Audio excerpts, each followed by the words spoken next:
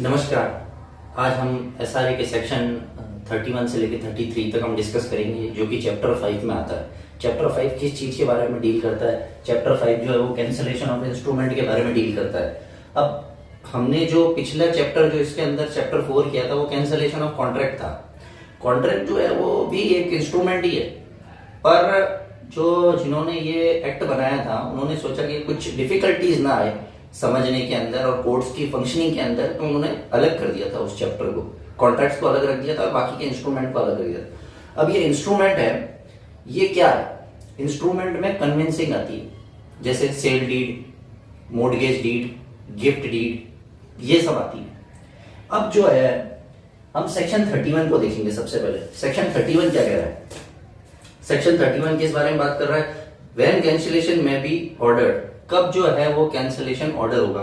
इसका सबसेक्शन 1 क्या कह रहा है? Any person against whom a written instrument is void or voidable, कोई ऐसा व्यक्ति जिसके खिलाफ जो है वो इंस्ट्रूमेंट जो है void या voidable है, and who has reasonable apprehension that such instrument if left outstanding may cause him serious injury or may sue to have its adjudged void or voidable। मतलब ऐसा पर्सन जिसे आशंका है कि अगर इस इंस्ट्रूमेंट को अगर कैंसिल नहीं कराया तो मुझे बहुत क्षति होने वाली है, मुझे बहुत बड़ा नुकसान हो जाएगा, या फिर मुझे झूठे केस के अंदर या उस फर्जी डॉक्यूमेंट के ऊपर मुझे कोर्ट के अंदर केस किया जा सकता है मेरे ऊपर, तो वो पर्सन जो होगा, एग्रीव्ड पर्सन जिसको नुकसान होने वाला है या जिसको आशंका है नुकसान होने की, वो कोर्ट के अंदर जाके कैंसिलेशन का सूट फाइल कर सकता है। अब इसमें क्या होगा? कैंसिल कब किया जाएगा? शुरुआती तौर पे कैंसिल नहीं होता।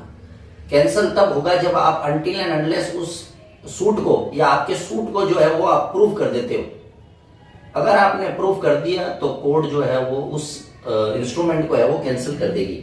इसका सेकंड जो है वो सबसेक्शन क्या कह रहा है? If the instrument has been registered under Indian registration act, अगर कोई ऐसा इंस्ट्रूमेंट जो कि इंडियन रजिस्ट्रेशन एक्ट 1908 के अंदर रजिस्टर हुआ है, तो court shall also send a copy of decree to the officer in whose office the instrument has been registered. तो कोर्ट जो है वो अपनी डिक्री जो इसके फेवर में कैंसिलेशन ग्रांट किया गया है, वो डिक्री है वो उस ऑफिसर को भी भेजेगी।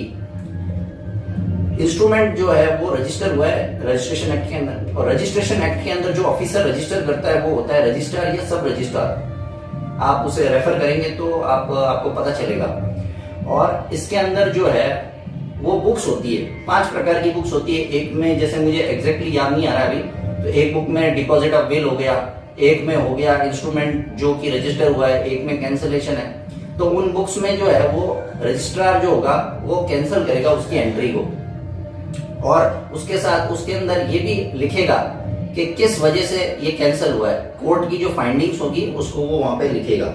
और जो बुक्स का सेक्शन जो है वो रजिस्ट्रेशन एक्ट के अंदर है, वो सेक्शन 51 है, रजिस्ट्रेशन एक्ट 1908 के अंदर। उसके बाद सेक्शन, अब इसके बारे में मैं नेक्स्ट सेक्शन जाए उससे हम पहले मैं एक आपको उदाहरण देना चाहता हूँ। जैसे उदाहरण जो है वो एक है,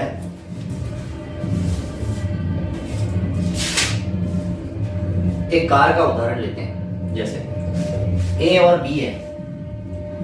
ए ने बोला कि सर मेरे को अपनी कार इंश्योरेंस करवानी है, आपकी कंपनी बी है, मुझे इंश्योरेंस करवानी है अपनी कार। तो बी ने बोला ठीक है करवाइए सर, वेलकम है आपका। ए जो है वो झूठा मिस रिप्रेजेंट कर देता है, झूठ बोल लेता है इंश्योरेंस कंपनी के साथ कि साहब मेरी कार तो बहुत अच्छी है, मेरी कार जो है वो सिर्फ 40,000 किलोमीटर ही चली है, और असलियत में जो है वो कार 1,00,000 किलोमीटर चल चुकी थी। उसने क्या किया? कार की मीटर के साथ मैनिपुलेशन कर दिया, कार के मीटर के साथ छेड़छाड़ कर दी और उसको 1,00,000 की जगह 40,000 पे दिखा दिया। अब उसके अंदर तो है वो कार नहीं दिख रही है, पर असलियत में कार पुरानी है उस हिसाब से, तो ज्यादा चली है। तो उसने इंश्योरेंस करवा ली। अब इंश्योरेंस वाले को जो बी है, इसको बाद में अगर पता चलता है कि साहब मेरे साथ तो मिस रिप्रेजेंटेशन हुआ है, मेरे साथ गलत किया है ए ने, तो वो सूट फाइल कर सकता है कैंसलेशन का कि साहब ए ने जो है वो मिस रिप्रेजेंटेशन किया है, इससे हमें सीरियस इंजरी हो जाएगी, अगर इसके झूठ के वजह से इसको इंश्योरेंस का पैसा मिल गया तो इस चीज का ये फायदा उठा लेगा, और जो कि गलत है। तो बी जो है वो कैंसिल करवा सकता है इंस्ट्रूमेंट। अब मैं आपको दूसरे एग्जांपल से समझाता हूँ। ए जो है वो सेलर है, बी जो है वो परचेजर है। ए क्या सेल कर रहा है? अपना हाउस सेल कर रहा है। उसने बी को मिस रिप्रेजेंट किया, मिथ्या करी उसके अंदर के भाई ये जो जमीन है ये 10 लाख की है, बल्कि जो ये जमीन जो हाउस है जहाँ इस जमीन या इलाके में जो मौजूद है वो 5 लाख की है। सिर्फ वहाँ की जो जमीन की वैल्यू है वो सिर्फ 5 लाख है, पर उसने क्या किया? मिस रिप्रेजेंट करके 10 लाख रुपए ले लिए बी से। अब बी को पता चलता है कि इस जमीन की वैल्यू तो सिर्फ 5 लाख थी, तो वो कोर्ट के अंदर कैंसलेशन का सूट ला सकता है और इस सेल डीड को जो है वो कैंसिल करवा सकता है और कह सकता है साहब मेरे साथ ए ने जो है वो मिस रिप्रेजेंट किया है, इस जमीन की वैल्यू 5 लाख थी और मुझे मिस रिप्रेजेंट करके मुझसे ज्यादा पैसे लिए गए। ठीक है, उसके बाद जो है वो इसके अंदर जो है अब केस लॉ आएंगे। 2 केस लॉ है। पहला केस है Prabat Mool versus K C Sethia, AIR 1960, Calcutta high court 702। Court ने कहा कि जो जजमेंट है और डिक्री है ये है तो इंस्ट्रूमेंट, रिटर्न इंस्ट्रूमेंट है, पर ये उस इंस्ट्रूमेंट के जो हम जिस बारे में हम जो डिस्कस कर रहे हैं डीड वगैरह इनको कैंसिल किया जाए, पर ये जो है जजमेंट और डिक्री ये इनका एक्सेप्शन है। जजमेंट और डिक्री को कैंसिल नहीं करवाया जा सकता। अगर आप किसी जजमेंट या ऑर्डर या फिर किसी डिक्री से आप अनसेटिस्फाइड है कि नहीं जी मुझे न्याय नहीं मिला, तो आपके पास क्या रेमेडी है लॉ के अंदर? आप रिवीजन में जा सकते हैं, अपील में जा सकते हैं, तो आप वो करिए। यहां पर जो है वो कैंसिल नहीं होगी। इसके अंदर ये क्या कोर्ट ने कहा, इस सेक्शन में कैंसिलेशन इंस्ट्रूमेंट की बात हो रही है, पर यह जजमेंट या डिक्री कैंसिल नहीं कर सकते, चाहे वो रिटर्न इंस्ट्रूमेंट क्यों ना हो या उसकी डेफिनेशन में क्यों ना आते हो, क्योंकि ये दोनों एक्सेप्शन के अंदर आते हैं। उसके बाद दूसरा केस है Vimulla Maniyamma versus A Venkataramana, AR 1984, NOC 80, Andhra Pradesh high court. इसके अंदर बोला गया section 31 is not applicable to the cases where document executed by third person claiming title adverse possession whose right are affected by the instrument।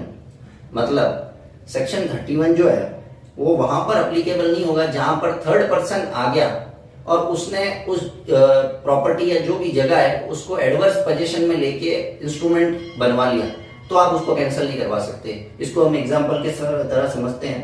जैसे कि एक प्रॉपर्टी थी, 20 by 40 का एक प्लॉट था और उस जमीन पर क्या है कि एक सी नाम का जो बंदा है वो कब्जा करके बैठा था 25 साल से, कोई दिक्कत नहीं की। उसने क्या किया, पर उसको पता चल गया, किसी ने एडवाइस दे दी होगी कि जी 20 साल से ऊपर हो गया, आप ही मालिक हो, कब्जा किया हुआ है, पोजीशन हो, आप अपने नाम करवा लो इस जमीन को। फिर क्या हुआ, उस बीच में ए और बी जो है वो कॉन्ट्रैक्ट करते हैं और सेल डीड करवाते हैं अपनी कि भाई मुझे बेचना ही है, अपनी प्रॉपर्टी बेचते हैं। तो अब ए और बी जो है वो अब थर्ड पर्सन कौन था, सी, उसके खिलाफ अब जो उसने इंस्ट्रूमेंट बनवाया था अपने नाम का कि जमीन अब मेरी है एडवर्स पोजीशन में, तो उसको इंस्ट्रूमेंट को कैंसिल नहीं करवा सकते अब। और वो दूसरी रेमेडी लेना चाहे तो वो लेंगे, पर इंस्ट्रूमेंट कैंसिल नहीं होगा एक बार के लिए। उसके बाद हम सेक्शन 32 देखते हैं। सेक्शन 32 क्या है? व्हाट इंस्ट्रूमेंट में बी पार्शली कैंसिल।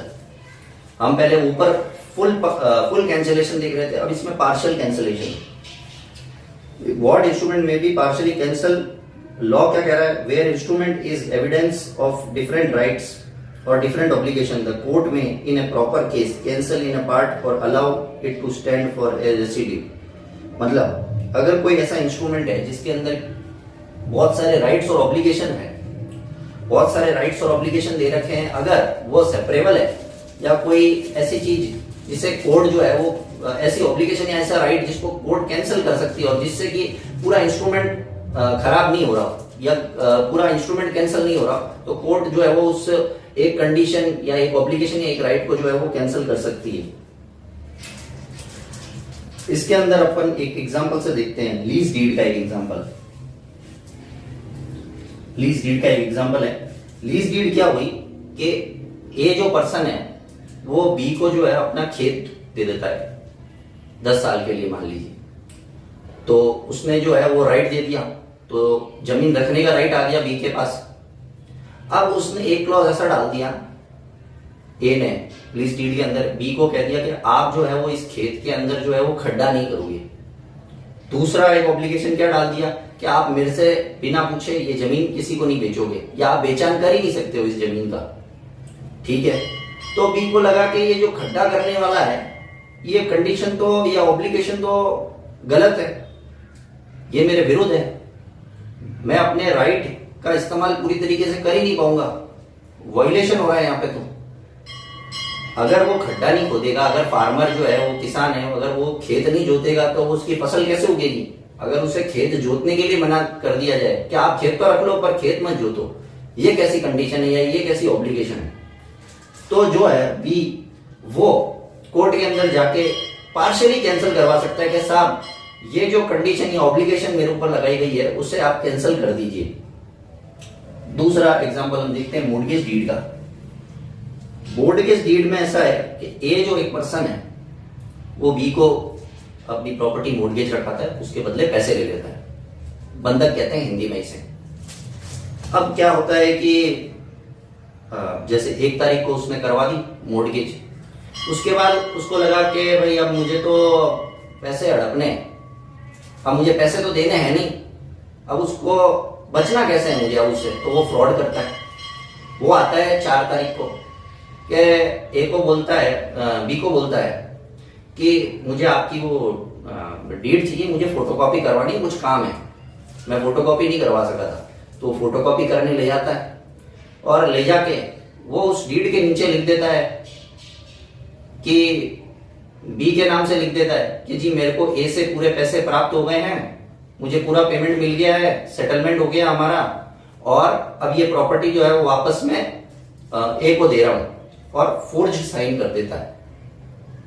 अब जो है वो बी को ये बात पता चलती है, तो बी जो है वो पार्शली उस जो नीचे के पार्ट को कैंसिल करवाने के लिए कोर्ट जा सकता है कि साहब ये साइन दो, मेरे फोर्ज है, ये मैंने कुछ लिखा ही नहीं है, आप इसे कैंसिल करिए। तो बी जो है वो कैंसलेशन का सूट फाइल कर सकता है। उसके बाद सेक्शन 33 क्या बोल रहा है?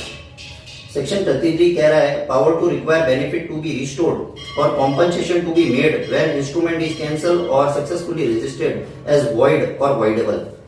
मतलब लॉ क्या कह रहा है इसका? Subsection 1 on adjusting the cancellation of instrument, जब कोर्ट एडजुडिकेट कर रही होगी मैटर को या मैटर को सुन रही होगी कैंसलेशन के, तो कोर्ट में require party to whom such relief is granted.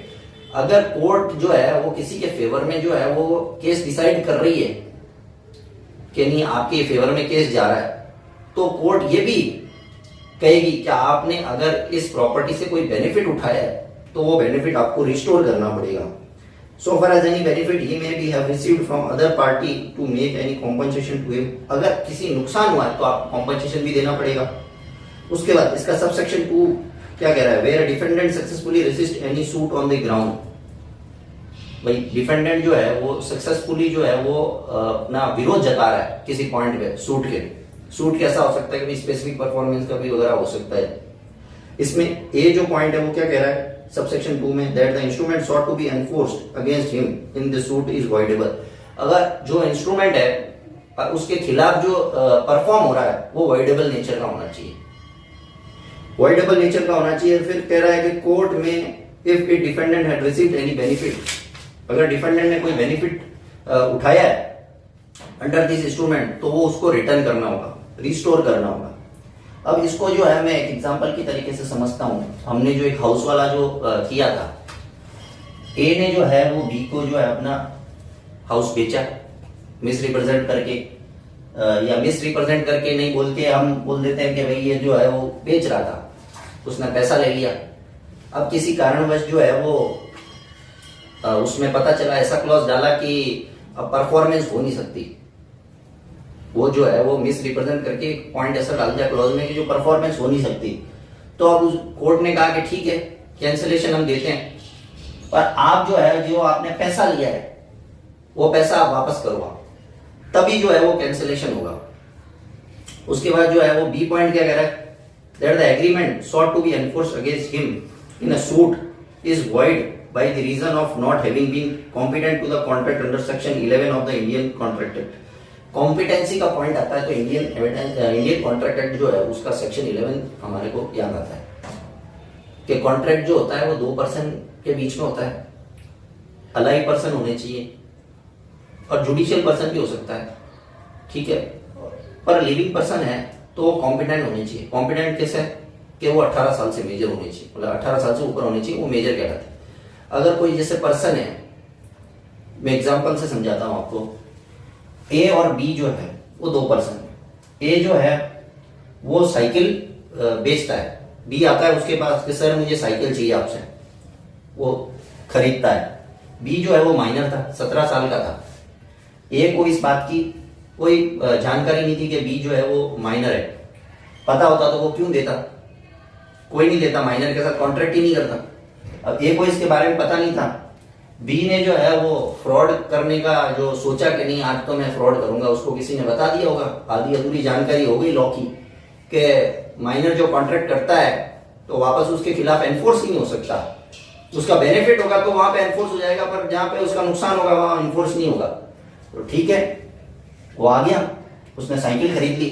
उसने बोला सर आप मेरे 2 दिन बाद आ जाइएगा और पेमेंट ले जाइएगा। उसने बोला ठीक है, जानते हैं भाई, तो 2 दिन बाद दे देगा पेमेंट। 2 दिन बाद गया साइकिल वाला पैसा लेने, वो बोलता है आप कौन? माइनर कहता है कि आप कौन, मैं तो आपको जानता ही नहीं हूं। वो बोला कि आपने तो मुझसे खरीदी है, ये रहा बिल। वो बोले मेरे को नहीं जानता, मैं माइनर हूं, मैं पैसा वैसा नहीं दूंगा, जब मेरा नुकसान हो रहा है वहां एनफोर्स नहीं हो सकता कॉन्ट्रैक्ट। तो ये जो है अब वो जाता है कोर्ट में अपने बेनिफिट को रिस्टोर करवाने। अब वो जाता है और वो कहता है साहब इसने तो मेरा प्रॉपर्टी खरीदी है मुझसे और अब ये पैसा नहीं दे रहा है। तो ये अब आगे क्या कह रहा है कोर्ट में, if the defendant has received any benefit. अब डिफेंडेंट कौन हुआ? बी हुआ। डिफेंडेंट ने जो कोई बेनिफिट रिसीव करा है, बेनिफिट क्या था? साइकिल ली, ठीक है, under the agreement from the other party require him to restore. तो कोर्ट उसको कह सकती है आप रिस्टोर करो जी, आप तो पूरा पढ़ के नहीं आए लॉ, एसआरए पढ़ा होता तो आप ऐसा काम नहीं करते। एक मजाक के तौर पे बोल रहा हूं। If any benefit under agreement of the other party required him to restore so far as may be such benefit to that party to extend to which, जितना हो सकता है अगर वो रिस्टोर हो सकता है तो वो कोर्ट जो है रिस्टोर करवाएगी। नहीं तो एक लाइन और लिखिए, और his state has benefited there. अगर उसकी कोई प्रॉपर्टी में उसको कोई फायदा हो गया उससे, तो उस प्रॉपर्टी से भी दिलवा सकती है। अब यहाँ पे स्टेट का मतलब क्या है? स्टेट का मतलब प्रॉपर्टी होती है। अगर पैसा जो है वो प्रॉपर्टी से नहीं लिया जा सकता या प्रॉपर्टी से लिया जा सकता है, तो उस पैसे से परचेजर जो है, परचेज की गई है, वो अगर प्रॉपर्टी आइडेंटिफाई हो जाती है कि साहब ये साइकिल जो है वो उसके इस फला जगह पे है, तो साइकिल जो है वो वापस दिलवाई जा सकती है। जो ए था वो सेलर था, जो सेलर को दिलवाई जा सकती है। अब इसके अंदर जो है वो एक केस आया, खानपुर वर्सेस लखा सिंह, AIR 1926, LAH लाहौर 609, आजादी से पहले का केस है। इसके अंदर जो है वो कोर्ट ने ये कहा कि अगर प्रॉपर्टी आइडेंटिफाई नहीं हो रही है और प्रॉपर्टी से पैसा रिकवर नहीं हो सकता है, तो उसे ये कह सकते हैं कि जी आप पेमेंट कर दीजिए, बचा हुआ पेमेंट करने में क्या हर्ज है, तो कोर्ट उसको पेमेंट के लिए भी कह सकती है। थैंक यू, मुझे लगा होगा आपको समझ में आया होगा। मैं जो जनरल एक तरीके से पढ़ा रहा हूँ तो आपको समझ में आया होगा। आप सब्सक्राइब कीजिए और वीडियोस को शेयर करते रहिए कि दूसरों को भी नॉलेज का या इस लॉ का उनको समझने में और उनको जानने में जो है वो फायदा हो। Thank you.